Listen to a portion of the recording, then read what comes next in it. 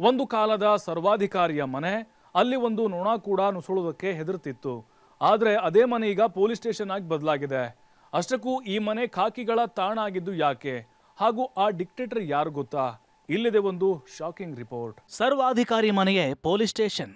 ಉಗ್ರರ ದೇವಸ್ಥಾನದಲ್ಲಿ ಖಾಕಿ master plan. ಮಾನವ ಇತಿಹಾಸದಲ್ಲೇ ರಕ್ತದಿಂದ ಪುಟಗಳನ್ನು ಬರೆದ ಹೆಸರೇ ಅಡಾಲ್ಫ್ ಹಿಟ್ಲರ್. ಲಕ್ಷಾಂತರ ಜನರ ಕಿರುಚಾಟ, ಪಾಯ್ಸನ್ ಗಾಳಿಯ ಕೊಠಡಿಗಳು, ಅದರಲ್ಲಿ ಮನುಷ್ಯರ ನೋವಿನ ಕೂಗಾಟ ಅಷ್ಟೇ ಅಲ್ಲ, ಯುದ್ಧದ ಬೆಂಕಿಯಲ್ಲಿ ಸುಟ್ಟು ಹೋದ ನಗರಗಳು. ಇದೆಲ್ಲದಕ್ಕೂ ಕಾರಣ ಅದೇ ಡಿಕ್ಟೇಟರ್ ಹಿಟ್ಲರ್. ಇದೇ ಸರ್ವಾಧಿಕಾರಿಯ ಜನ್ಮಸ್ಥಳ ಇಂದಿಗೂ ಜಗತ್ತಿನ ಕಾಂಟ್ರವರ್ಸಿ ಕಟ್ಟಡಗಳಲ್ಲಿ ಒಂದಾಗಿದೆ. ಒಮ್ಮೆ ಭಯದ ಸಂಕೇತವಾಗಿದ್ದ ಈ ಮನೆ ನಾಜಿ ಉಗ್ರರ ಪಾಲಿಗೆ ದೇವಸ್ಥಾನದಂತಿದ್ದು, ಆದರೆ ಈಗ ಇದೇ ಮನೆಯಲ್ಲಿ ಹೊಸ ಇತಿಹಾಸ ಬರೆಯಲು ಸಿದ್ಧತೆ ನಡೆಸಲಾಗ್ತಿದೆ. 1889ರಲ್ಲಿ ಆಸ್ಟ್ರಿಯಾದ ಬ್ರೌನೌ ಆಮ್ ಇನ್ ಪಟ್ಟಣದಲ್ಲಿ ಜನಿಸಿದ ಅಡಾಲ್ಫ್ ಹಿಟ್ಲರ್ನ ಮನೆ ಹಲವು ವರ್ಷಗಳಿಂದ ವಿವಾದದ ಕೇಂದ್ರವಾಗಿತ್ತು. ನಾಜಿ ಸಿದ್ಧಾಂತವನ್ನು ಬೆಂಬಲಿಸುವ ಕೆಲವು ತೀವ್ರವಾದಿಗಳು ಈ ಮನೆಯನ್ನು ಸ್ಮಾರಕದಂತೆ ನೋಡ್ತಿದ್ರು.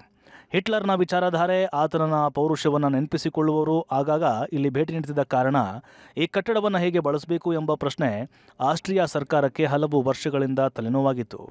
ಆದ್ರೀಗ ಕೊನೆಯ ಹಂತವಾಗಿ ಆಸ್ಟ್ರಿಯಾ ಸರ್ಕಾರ ಒಂದು ದೊಡ್ಡ ನಿರ್ಧಾರ ತೆಗೆದುಕೊಂಡಿದೆ.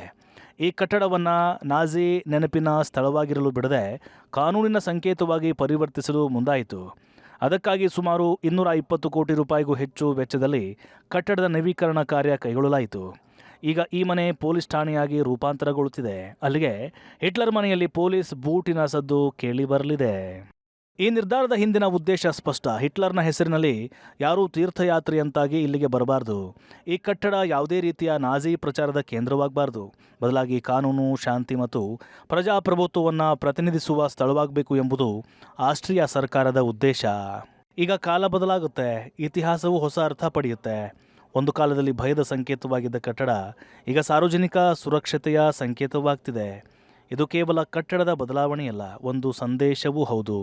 ಕ್ರೌರ್ಯವನ್ನು ಪೂಜಿಸುವುದಕ್ಕಿಂತ ಅದರಿಂದ ಪಾಠ ಕಲಿಯುವುದೇ ಸಮಾಜದ ಜವಾಬ್ದಾರಿ ಎಂಬುದನ್ನು ಈ ನಿರ್ಧಾರ ಹೇಳ್ತಿದೆ. ಎರಡನೇ ಮಹಾಯುದ್ಧದ ನೆನಪುಗಳು ಇಂದಿಗೂ ಯುರೋಪಿನ ಮನಸ್ಸಿನಲ್ಲಿ ಅಚ್ಚಳಿಯದೆ ಉಳಿದಿವೆ. ಲಕ್ಷಾಂತರ ಜನರ ಜೀವಹಾನಿ, ಹತ್ಯಾಕಾಂಡ ಮತ್ತು ವಿನಾಶಕ್ಕೆ ಕಾರಣವಾದ ಆಡಳಿತವನ್ನು ಮರೆಯಬಾರದು ಎಂಬುದೇ ಇತಿಹಾಸಕಾರರ ಅಭಿಪ್ರಾಯ. ಆದರೆ ಅದೇ ಸಮಯದಲ್ಲಿ ಆ ನೆನಪುಗಳನ್ನು ವೈಭವೀಕರಿಸುವುದು ಸರಿಯಲ್ಲ ಅನ್ನೋದು ಆಸ್ಟ್ರಿಯಾದ ನಿಲುವಾಗಿದೆ. ಆ ಕಾರಣಕ್ಕಾಗಿ ಒಮ್ಮೆ ಸರ್ವಾಧಿಕಾರಿ ಹೆಸರಿನಿಂದ ಗುರುತಿಸಿಕೊಂಡಿದ್ದ ಮನೆಗೆ ಈಗ ಹೊಸ ಗುರುತು ಸಿಗ್ತಾ ಇದೆ. ಗೋಡೆಗಳು ಅದೇ ಇರಬಹುದು, ಆದರೆ ಅದರ ಅರ್ಥ ಸಂಪೂರ್ಣ ಬದಲಾಗಿದೆ. ಒಂದು ಕಾಲದಲ್ಲಿ ದ್ವೇಷದ ನೆರಳು ಆವರಿಸಿದ್ದ ಆ ಕಟ್ಟಡ ಈಗ ಕಾನೂನು ಮತ್ತು ಸಾರ್ವಜನಿಕ ಸೇವೆಯ ಸಂಕೇತವಾಗಿ ಹೊಸ ಅಧ್ಯಾಯ ಬರೆಯಲು ಸಜ್ಜಾಗಿದೆ.